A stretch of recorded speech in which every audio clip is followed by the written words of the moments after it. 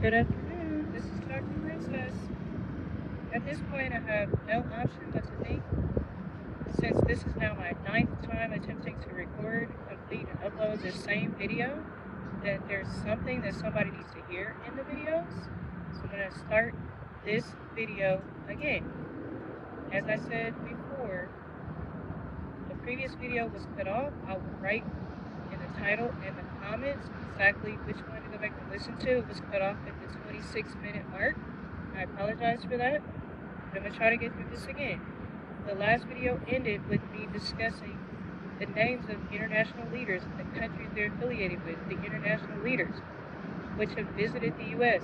I was discussing Macron, I've discussed Putin, I've discussed Zelensky, as well as the Prime Minister of Israel, and I've discussed my slight opinion about us being involved in so many international affairs. So now we're going to briefly go over the departments which I am aware of, and if you know others, please leave them in the comments, which I know for a fact have already had cuts in the federal government. Okay, so USAID, USDA, the FAA, pause. I want to take a brief pause and say that we finally know why there were cuts to the FAA budget and employees, because now, as I mentioned before, Elon Musk has his hands and his equipment and his technology affiliated with the FAA in some sort of ambiguous contract, which will allow Starlink to now be connected to both space and our federal aviation. So, again, this will be interesting to see because, again, I have thoughts about the ability of one person to control so many compartments. In other words, should the shoulders of one person be upon which a country should be built?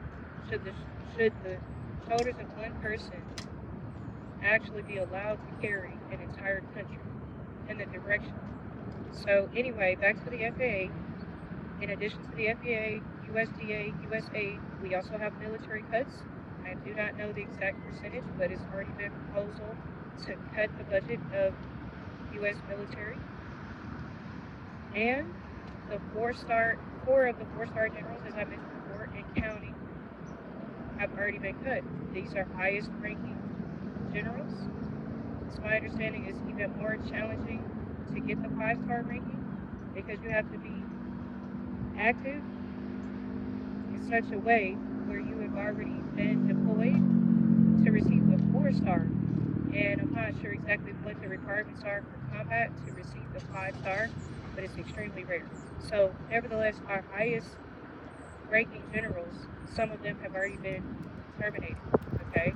And the military is aware that, unfortunately, this federal government administration plans to make more cuts to our U.S. military personnel. In addition to the military, we have the Department of Education. Don't forget, we have $10,000 per kid that has been promised if you unenroll your kid. I do not remember the exact state. There's a state in the Northwest U.S. where this $10,000, I guess you could call it stimulus check, has already been taken by quite a few families, and it's already affected the Department of Education for one of those Northwest states. I don't remember if it were Nebraska, Wisconsin. I'm not exactly sure, but I'll go back and review some details, very specific details on some of the topics that I'm putting out. So we have already, unfortunately, seen the impacts of the cuts to the Department of Ed. In addition to the Department of Ed, we have threats and actual proposed cuts to Medicaid, Medicare, Social Security Administration, housing, and SNAP benefits. Next, we have the CDC. We've already had quite a few employees be released from the CDC. We have the EPA. We also have the National Weather Association. The ability of the EPA to properly track air and water pollution and safety It's already within 1 week of the cuts from last week of the EPA, already affected our water because I read an article last night, multiple articles across multiple states have already had their water be flagged as dangerous to drink, tap water. So those states include, but are not limited to, Pennsylvania. I believe I saw something about Tennessee, Illinois. I do not remember all the states, but there were at least 6 states mentioned where they have already seen an uptick of pollutants in the public water system. So that's an issue that the EPA cannot properly address without enough employees. The IRS had 7,000 people laid off last week, and this is during tax season. Okay, this is February. We're largely in the middle of tax season. We have already had delays in payments. I know because I had to make a payment to the IRS, and the process was delayed and backlogged. Next, we have cuts to the NIH, which have affected both private and public institutions, but I want to speak about the private institutions first. Federal funding, including grants to educational institutions of higher learning, and budget cuts have already cut certain jobs at such universities. In addition to cutting the employment, it has also cut the ability of admissions to admit a certain amount. So I know Vanderbilt, for example, already has had a freeze to their admission of graduate students. I do not know if they have lifted it, what the deadline is to receive such funding, but at the end of the day, the alumni who helped fund are supplemented by the federal government. For many of these institutions, no matter how rich the alumni are, a lot of times it could be that they work in the private sector, but if their company has been hit, you do not know what the donations, how they will look. In addition to that, many alumni work with students and residents to complete research.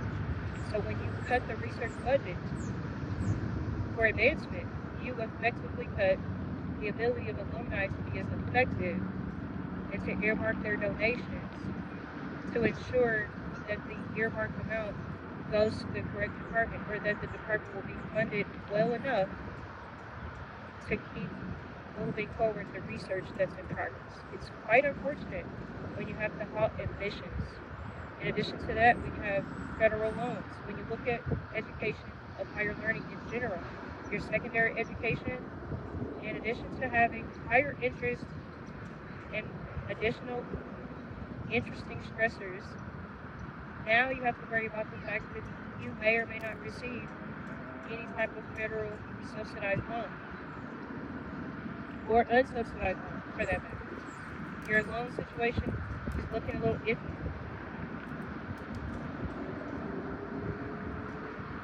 Land grant institutions were threatened but not removed. But this is quite a few threats. When you look at National Weather Service cuts, you're looking at people not being able to have the funding to accurately record and report the weather.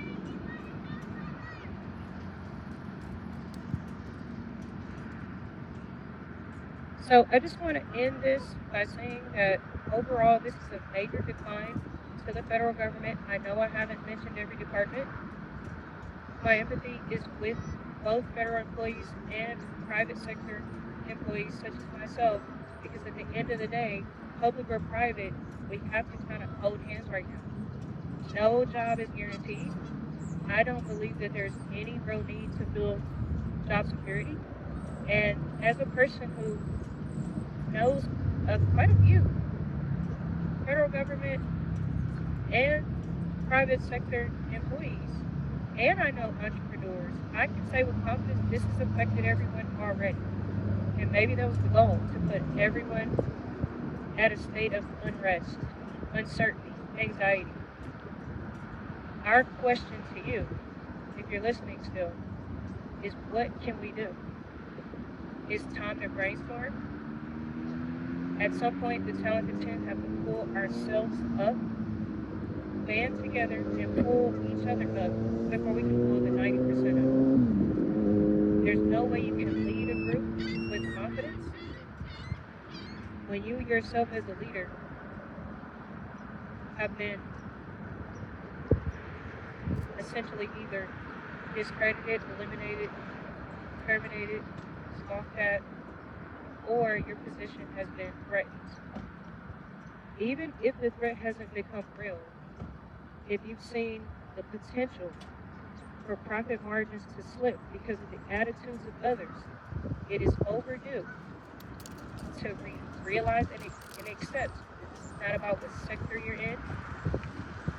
The threat is real to all of us. Realize and accept it's not about how you look. Even though this is a talented tent for people of the diaspora, it's time for us to share the information with our friends across other races. That this is not about how you look. Because at the end of the day, no one wins. Everyone loses. In a battle like this, it's nothing more than greed. No one wins, and everyone loses. It doesn't matter how long you've been at your job. I know someone who was furloughed or threatened to be furloughed, been at the job over 22 years. So at the end of the day, it's not about your tenure anymore. And it's to the point where certain baby boomers already accepted the demise because they've already resigned.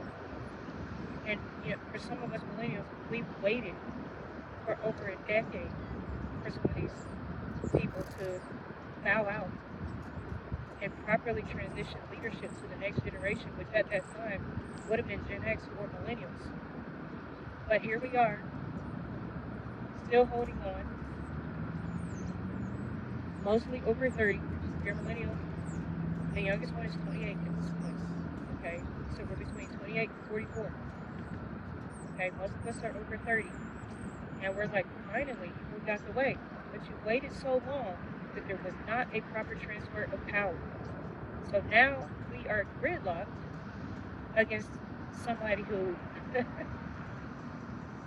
two people, a baby boomer who's 78 and a Gen Xer who's 53.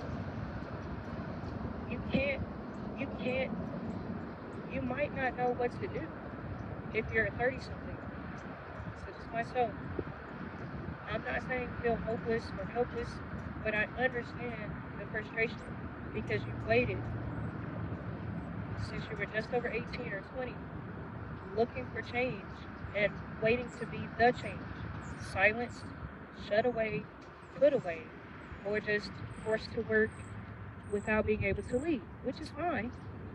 But now that it's time for real leadership, your leaders have been depleted. Millennials are a group of rebel leaders, by and large. But I understand if you're like me and you've attempted, at least for 5 years, to find your footing and lead in an institutional way. But now, everyone is stuck. Because when you stifle a skill as a society, or a group, or a generation, you don't benefit from what they could become when you absolutely need them the most. We're going to try our best to fight for this country in whatever way we can without losing our jobs or our minds or our lives or our livelihood. But at the end of the day, you have effectively, efficiently weakened the leadership of the millennial generation with systematic disregard for an age group. Some of us feel like maybe we could lean on a Gen Z here and there, the optimism that they may have to help. But here's what I'm going to end with. It's going to take us all working together to attempt to fight such a strong dynamic of leadership. I wish you encouragement as you go into this weekend. I know it's an economic blackout Friday. I actually forgot at first, but I'm back. And I look forward to talking with you all next week. Have a great day.